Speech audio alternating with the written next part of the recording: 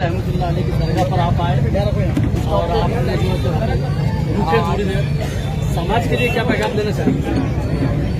जी, आज यहाँ पे किरारपुरा इलाके में दरगाह हजरत इस्माइल खादी दरगाह को जाली वाली दरगाह के नाम से जाना जाता है। वहाँ का उर्स हमारे यहाँ के कॉरपोरेटर हाजी इसाक साहब का कहना है बहुत साल पहले यहाँ पे प्रोग्राम्स हुआ करते थे, लेकिन कई सालों के बाद ये दोबारा इसे यहाँ पे शुरू किए। तो यकीनन मैं भी दरगाह में आके चादर चढ़ाए और शहर में अमन रहे, खुशहाली रहे, अल्लाह हक का साथ दे, सच्चाई का साथ दे और सभी उम्मत के लिए दुआएं की हैं। सर, एक सवाल ये है, आज आपके खुशी बता रही है कि आज जरांगे पाटिल साहब और मौलाना नोमानी साहब, इनसे क्या कनेक्टेड सर, और आज क्या है वो जरा जाहिर कर दीजिए सर। देखिए, चूँकि ये मीटिंग है तो जरांगे पाटिल और मौलाना सज्जाद नोमानी साहब के बीच में थी। उस मीटिंग के अंदर क्या हुआ है ये 3 तारीख के दिन वो बताने वाले हैं, लेकिन यकीनन मैं समझता हूँ एक बहुत अच्छी पहल की जा रही है कि जहाँ पर मराठा, दलित और मुस्लिम एक साथ लाने की जो कोशिश की जा रही है। मैं हमेशा से ये कह रहा हूँ कि तमाम जो सियासी पार्टियाँ हैं उन पर से लोगों का यकीन, उनका भरोसा खत्म होता जा रहा है, क्योंकि वो किसी एक पार्टी में रहते हैं, सुबह हुए तक दूसरी पार्टी में छलांग लगा देते हैं। लोग आपको एक यकीन के साथ चुनकर देते हैं कि भाई ये मैं इस वजह से इसको वोट दे रहा हूँ कि इसको मुझे दूसरे पार्टियाँ पसंद नहीं है, लेकिन चुन के आने के बाद आप फौरन वहाँ चले जाते हैं। तो लोगों का ये यकीन दोबारा जिंदा अगर करना है तो कोई एक नई पहल की शुरुआत है। मैं समझता हूँ मौलाना सज्जाद नोमानी साहब जो काम कर रहे हैं वो वाकई में एक काबिल तारीफ काम इस लिहाज से भी है कि हमारे सारे मसलों का हल जो है वो हमारी सियासी नुमाइंदगी है। अगर हम अपनी सियासी ताकत नहीं बढ़ाएंगे तो हमारे मसले वैसे के वैसे ही रहेंगे, क्योंकि ये सारे फैसले जो लिए जाते हैं वो ऐवानों में लिए जाते हैं, चाहे वो विधानसभा हो या लोकसभा हो।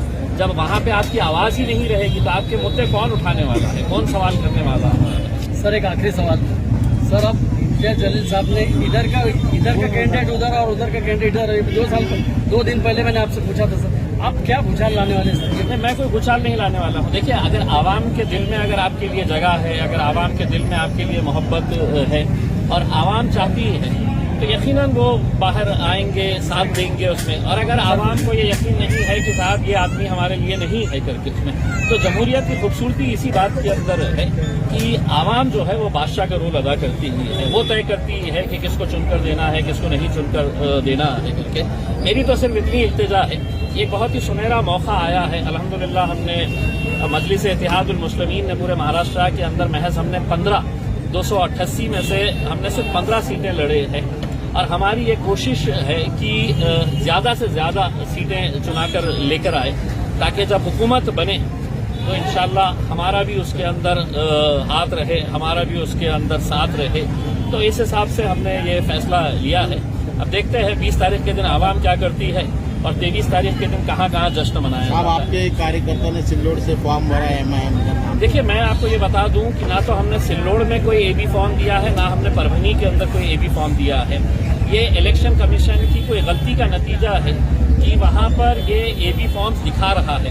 मैंने अभी कुछ देर पहले वहाँ के रिटर्निंग ऑफिसर से बात किया, उन्होंने कहा कि हमें इस बारे में कोई जानकारी नहीं है। मैंने कहा आपके वेबसाइट के ऊपर ये दिखा रहा है। इसी बुनियाद के ऊपर मैंने मेरे फेसबुक पेज के ऊपर डाला है कि AIMIM ने ना तो परभनी में और ना सिल्लोड़ के अंदर AB फॉर्म दिया है। ये उनकी गलती है, उन्हें ही सुधारना है। सर, एक आखिरी सवाल है, अब सवाल बोलते बोलते आप आपके आजू बाजू में जो चाहने वाले हैं उनको क्या मैसेज देंगे सर? देखिए, अल्हम्दुलिल्लाह पिछले 10 सालों से औरंगाबाद की आवाम ने दिल खोल कर मुझसे मोहब्बत की है और मैंने भी अपनी इस आवाम से दिल खोल कर मोहब्बत की है। मुझे फख्र है इस बात का कि मैं औरंगाबाद की इस आवाम की नुमाइंदगी महाराष्ट्र विधानसभा में 5 साल किया और कभी कोई सोच नहीं सकता था कि यहाँ से कोई MP चुनकर आएगा। यही वो आवाम है जिसने जी जान लगाकर मुझे दिल्ली तक पहुँचाया था। इसी वजह से दोबारा जब MP का इलेक्शन हुआ मैं नहीं चुनकर आया, लेकिन बैरिस्टर असदुद्दीन अवैसी साहब ने फिर मुझे मौका दिया कि महाराष्ट्र की विधानसभा के अंदर जाऊं और वहां पर हमारी आवाम का, हमारी कौम के जो मसले हैं, मुद्दे हैं, उसको उठाए। अब ये आवाम तय करेगी कि किसको भेजना है विधानसभा। पूर्वों में सबसे ज्यादा मुसलमानों ने फॉर्म भरा, ऐसा लगता है वोट कटेंगे सर। देखिए, आपका सवाल थोड़ा सा आपका सवाल थोड़ा सा मैं दुरुस्त करवा देता हूं। पूर्व में सबसे ज्यादा फॉर्म मुसलमानों के भरवाए गए, भरे नहीं गए हैं, भरवाए गए हैं। और आप खुद समझिएगा कि 28 मुस्लिम उम्मीदवारों को किसने खड़ा किया है, इनका मकसद क्या है, इनकी मंशा क्या है। देखिए, कहीं ना कहीं एक ऐसी साजिश है भारतीय जनता पार्टी की, और वो जानते हैं कि मुसलमानों के अंदर भी कुछ ऐसे लोग हैं जो 2 लाख रुपये, 1 लाख रुपया, 5 लाख रुपया लेकर खड़े रह जाएंगे और उन्हें एक टारगेट दिया जाएगा कि तुम 200 वोट लो, 300 वोट लो, 50 वोट लो। तो यही वजह है कि जिसको ये नहीं पता है कि एमएलए का फुल फॉर्म क्या है करके, वो भी कह रहा है कि मैं एमएलए बनना चाह रहा हूं करके। तो इसे ये बनाया गया है। मुसलमानों को अब ये बड़ी समझदारी के साथ ये फैसला करना है, इन साजिशों को समझना है कि कौन कैसे कैसे हथकंडे अपना रहा है कि यहां से मुसलमानों की क़यादत खत्म हो जाए करके। सारी ताकतें एक साथ हो गई है, चाहे वो भारतीय जनता पार्टी हो, एकनाथ शिंदे की शिवसेना हो, अजीत पवार की राष्ट्रवादी हो, या दूसरे और भी पार्टियां जो मुसलमानों को टिकट देकर ये बताने की कोशिश कर रहे हैं, ये इनकी साजिश रच रहे हैं कि यहां से मुसलमानों के वोट बढ़ जाए और कोई और आ जाए चलेगा, लेकिन मुसलमानों का नेतृत्व यहां से खत्म होना चाहिए। लेकिन इंशाल्लाह मुझे पूरा यकीन है, पूरा भरोसा है, 20 तारीख के दिन अल्लाह ने अगर चाहा तो सिर्फ पतंग ही लहराएगी।